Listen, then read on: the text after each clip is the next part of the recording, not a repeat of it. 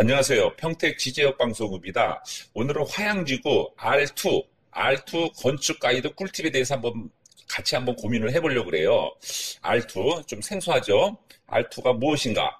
그래서 목차는 화양신도시 현황, 그리고 R2가 이제 구역별로 나눠져 있거든요. 그 구역별로 어떤 장단점을 살펴보고 디자인 사례.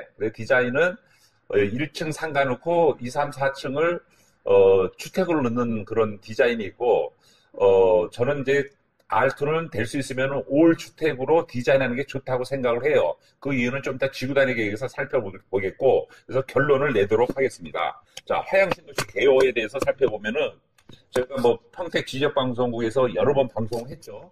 화양지구에 대해서. 화양지구는 5만여 명이 상주하고 2만여 가구가 형성될 새로운 신도시다. 지금 가면 허허벌판이에요. 아파트가 쭉쭉 올라가 있습니다. 지금 상가도 아예 없고 주택도 아무도 없습니다. 이곳에 새로운 신도시가 형성된다. 이렇게 보시면 되고, 그 다음에 계획은 계획도시이기 때문에 아파트, 단독주택, 상가 이렇게 다 나눠져 있습니다. 그런데 그 중에서 R2를 가지고 계신 분들 이렇게 생각합니다. 서울 사람들은 헷갈려요. R2가 뭔가 이렇게 생각하는데, R2는 이 평택에서 좀 이렇게 좀 집중적으로 많이 다루고 있는데, 단독주택 R2는 1층은 상가, 2, 3, 4층은 주택을 지을 수가 있는데, 상가는 이 소매점밖에 안 됩니다. 근데 화양지구는 휴게음식점이 돼요.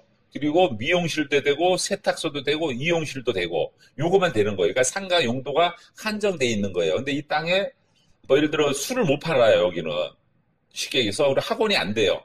그리고 공인중개사 사무실도 안 돼요. 그러니까 상가 수요가 적다는 얘기죠. 그러니까 상가도 워낙 많고, 상가가 세도 안 나가는 걸 굳이 상가로 지을 필요 없이 그냥 전체로 주택을 지을 수가 있다. 그런 생각인데, 주택도 이 다가구 주택의 세대수 제한이 없어요. 이게 제일 키포인트예요. 오늘 키포인트는 R2는 다가구 주택을 줬을 때 세대수 제한이 없다. 10세대든 12세대든 20세대든 다 지을 수가 있다. 단 주차 대수만 맞춰라. 이 얘기입니다. 그러면 내가 만약 이걸 가지고 있다 그러면은 저는 다가구 주택만 올려줘요. 그래서 주차를 한 12대 만들면은 뭐 한 12세대를 지을 수 있지 않겠습니까? 그래서 다가구 주택은 될 수 있으면은 그냥 다가구 주택으로 다 져라. R2는. 그런 결론을 저는 여러분한테 말씀을 드리는 거예요. 그리고 이것도 건폐율 60%, 용적률 180%, 높이는 4층, 다락이 되고, 그리고 상가는 1층만 된다. 그리고 다가구 주택은 세대수 제한이 없다. 이렇게 보시면 됩니다. 오늘 지구단위 계획 이게 키포인트입니다. 여러분, R2는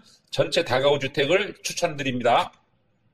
자, 아파트 분석은 지금 11,500세대 분양을 했고 25,000세대 중에서 만여 세대가 남아있다. 이렇게 보시면 되고, 4천여 세대가. 그리고 단독주택은 이제 뭐 5구역까지 있는데 이번에는 3분화해서 10구역까지 만들어놨어요. 그래서 R2 가지고 있는 분은 한번 이 위치별로 보시면 되고, 요 내용은 예전 우리 평택 지지역 방송국에서 단독주택 R2에 대해서 한번 살펴본 그 영상이 있을 거예요. 그거 살펴보시면 됩니다. 여기에 R1, R2의 1구역, 그 다음에 2구역, 그 다음에 3구역, 4구역, 5구역, 6구역, 7구역, 8구역, 9구역, 10구역 이렇게 오는데, 여기에 이제 R2 가지고 있는 분이 단독 10구역 중에서 한 군데에 들어가 있는 겁니다. 자, 디자인 사례 저희가 그 저번 동영상에 살펴봤죠.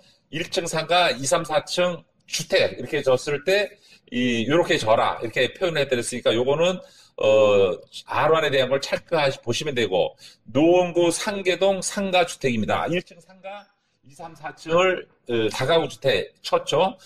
노출 콘크리트로 해서 이쁘게 지은 겁니다. 이런 디자인이 화양지구에 많이 졌으면 좋겠어요. 그래서 저는 그냥 간편하게 성냥갑처럼 이렇게 짓는 것을 지향하고, 물론 나쁘다는 건 아닙니다. 효용성이 있지만 그래도 이 뭔가 좀 새로운 디자인, 이쁜 건물이 화양지구에 많이 건축되기 바랍니다. 제가 지제역에 7년 전에 내려왔을 때, 지제 모산 영신지구에 좀 이쁜 건물을 져야 되겠다, 이런 생각을 많이 했습니다. 그래서 제가 이쁜 건물을 좀 많이 져놨거든요. 그래서 저희가 이제 R3, 다음엔 그 R3 할 때 저희가 많이 보여드릴 건데, 이렇게 이쁘고 색다른 건물을 많이 졌으면 하는 바람입니다. 그래서 노원구 상계동 상가주택을 참조 보시면 되겠습니다. 네, 은평구 신사동 상가주택입니다. 1층 상가, 2, 3층을 그냥 주택으로 이렇게 깔끔하게 지었죠. 요거 참조하시면 되겠고, 송파구 상가주택입니다.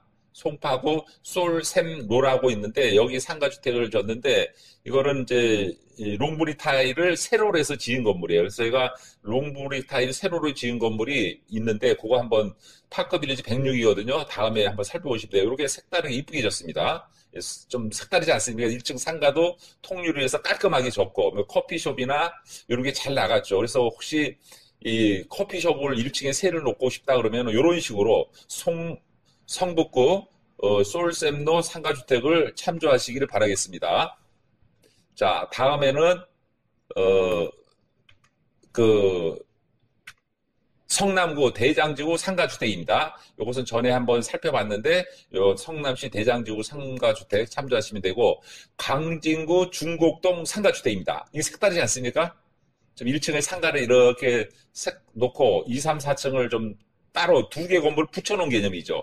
이 투컷, 요즘에 저도 헤어들 이제 투컷으로 많이 하지 않습니까? 건물도 투컷으로 1층은 좀 상가로 나온 걸 짓고, 그 다음에 공간을 두고 새로운 건물을 이렇게 붙여놓은 식으로. 그래서 저는 개인적으로 광진구 중곡동 상가주택이 좀 새로운 디자인, 새로운, 좀 건물을 짓지 않았나 이런 생각을 합니다. 이렇게 내부도 좀 시원하게 주차장 만들고 2층 상가 놓고 이렇게 지은 거죠. 다음에는 서울 강동구 둔촌동 상가주택입니다. 둔촌동. 이게 코너에 있는 건물은 이렇게 라운드로 돌리고 위에다가 좀 디자인 벽돌을 놔서 이렇게 좀 지은 건물이죠. 이런 건물입니다. 이게, 그리고 우측에 보면은 이제 조명을 이렇게 쫙 넣어서 좀 이쁘게 우리가 이렇게 한 거죠. 다음에는 과천 지식정보타운에 지은 건물입니다. 이 과천시의 지식정보타운 주변에 이런 R2, R1이 많은데 이것도 좀 건물을 좀 색다르게 좀 이렇게 지은 거죠. 이렇게 이쁘지 않습니까? 그다음에 올 주택으로 지은 겁니다. 제가 이제 추천하는 것을 이 파크빌리지 106입니다. 이게 평택 지제역에 있는 파크빌리지 106동입니다. 이것은 그냥, 이것도 R2예요, 사실은. 근데 R2인데 저는 과감하게, 저희가 이제 동영상, 이게 106도 이렇게 좀 올라가 있거든요. 보시면은, 이렇게 좀 건물이 좀 색다르면서, 좀 롱브릭 타일을 가로로, 세로로 넣은 겁니다. 요거를 저희가 건축을 한 겁니다. 그래서 요걸 한번 살펴보시면 되고, 그 다음에 이제 파크빌리지, 107, 108입니다. 이것도 평택 지지역에 있는 건데, 평택 지제역에 있는 파크빌리지 107, 108입니다. 요거는 땅이 한 70평 정도, 67평 정도 되는 거죠. 요거를 저희가 좀 건물을 밝은 색으로 해서 땅 소유주가 두 필지인데 합하지 말고 따로따로 지으라고 그랬어요. 왜냐면은 그래야지 나중에 팔 때 좀 높은 가격을 파는데 한 필지면 가격이 뭐 30억, 40억 되니까 싸기 어렵거든요. 그래서 요거를 하면은 뭐 20억씩 뭐 따로따로 팔면 팔기가 좋다. 그래서 이것도 이제 이런 식으로 지은 거죠. 자, 결론을 내리겠습니다. 그 화양지구 R2는 올주택으로 짓는 것이 좋다는 생각을 합니다. 그래서 R2를 가지고 있다면 그냥 상가가 너무 많으니까 그래서 그냥 주택으로 있는 게 수익성이 많다. 그리고 임대도 공실 없이 잘 나간다.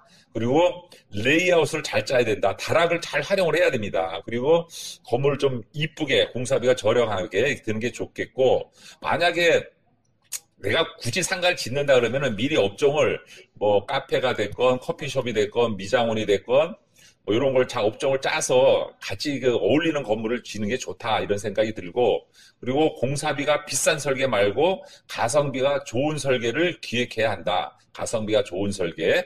그리고 전문가를 통하여 확실한 리스크를 대비해야 됩니다. 그러니까 임대가 잘 나가게끔. 지금 R2 같은 경우는 세대수 제한이 없으니까 주차를 굉장히 많이 하고 혼자 살 수 있는 것들, 아니면 두 사람이 살 수 있는 것들, 그리고 두 사람이 살면은 화장실을 2개 만드는 게 좋거든요. 샤워실을 2개를 만들고 나중에 다른 사람이 오더라도 뭐 다용도실로 또 해도 되니까요. 그런 게 좋고, 요게 핵심입니다. 남들과 차별되게 이쁜 건물, 코스트를 낮추고 밸류를 높이는 건물. 그래서 이 건물이 짓더라도 임대가 잘 나가게끔, 소비자가 임차인이니까, 그리고 나중에 엑시트하기 위해서 잘 팔리게끔 사는 사람이 높은 가격에 살 수 있는 그런 건물을 줘야 됩니다. 그래서 그것이 핵심이고, 땅을 가지고 있는데 돈이 없어요. 그런 거는 저희랑 상의하시면은 돈 없이 이 건물을 지을 수가 있어요. 그건 두 가지죠. 첫 번째는 시공사가 돈이 많아요. 외상으로 지을 수 있는 시공사를 찾는 게 좋은 거고, 두 번째로는 금융을 잘 활용하여 공사비로 줄 수 있는 금융 시스템을 찾는 게 중요한 거죠. 그래서 금융을 잘 활용하자 이렇게 설명을 드립니다. 오늘 평택 지지역 방송국에서는 화양지구 R2 건축을 어떻게 하는 게 좋다 이런 거에 대해서 한번 살펴봤습니다. 감사합니다. 좋은 하루 되십시오.